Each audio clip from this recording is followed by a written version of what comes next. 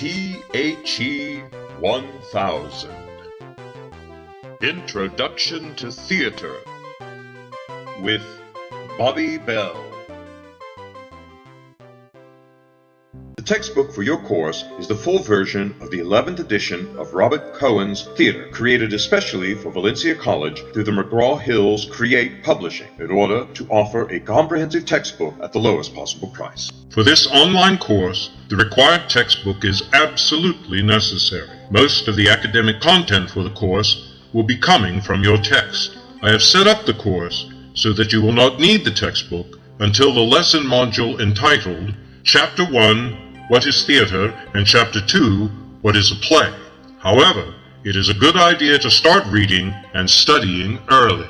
To acquire the correct textbook for this course, you must go to or contact the Valencia bookstore.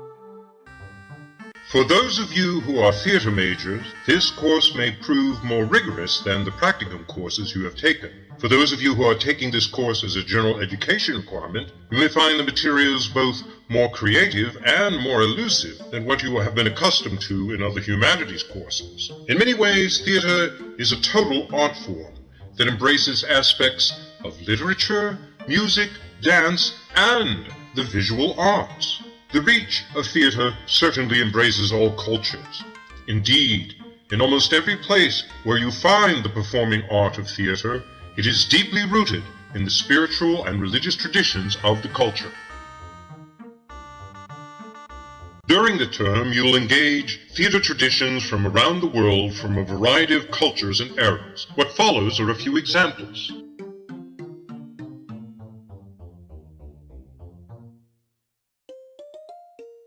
Lysistrata by Aristophanes is an old comedy from ancient Greece that still feels terribly progressive and modern, with bawdy humor and innuendo.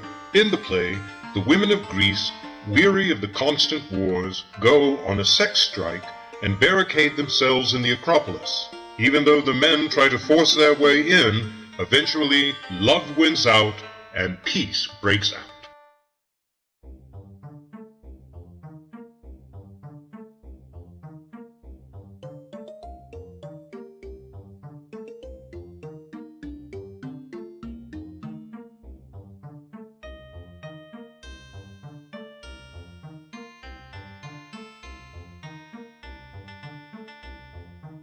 The Renaissance is represented by an Elizabethan comedy by William Shakespeare, A Midsummer Night's Dream. Mismatched lovers and mistaken identities are featured in a night of mad frolic spent in an enchanted woods where the magical pranks of fairy folk make matters even more hysterical.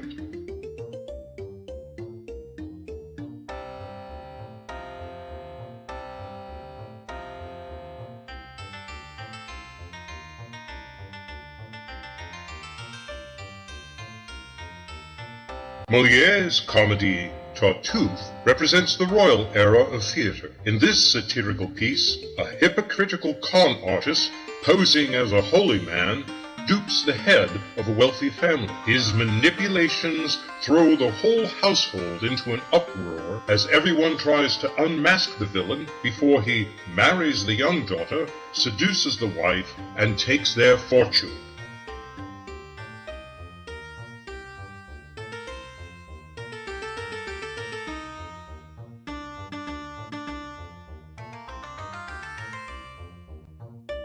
The innovative epic theater of the 20th century is represented by Bertolt Brecht's Mother Courage. This play covers events spanning many years during the 100 Years' War between Protestants and Catholics in Europe. In a large cast of archetypal characters representing the various classes in society, Mother Courage tries to survive the war by constantly changing sides and selling food and arms to whichever side is winning, in order to protect her own children and keep them out of the fighting. Using both musical numbers and satirical comedy, epic drama attempts to force the audience to think about social issues.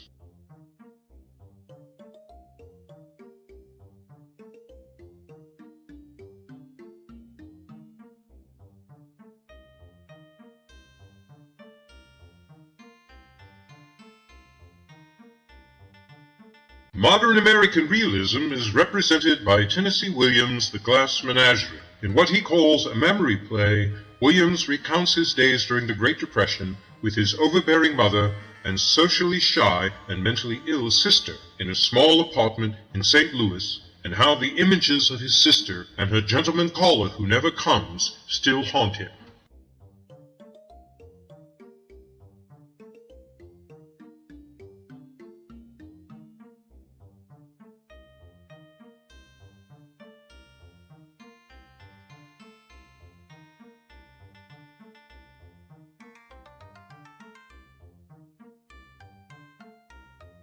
Postmodern theater is represented by Mary Zimmerman's Metamorphose, with its formless pastiche of ancient Greek legends centering on love and transformation, and the challenge of actors performing multiple roles in streams, showers, and pools of water.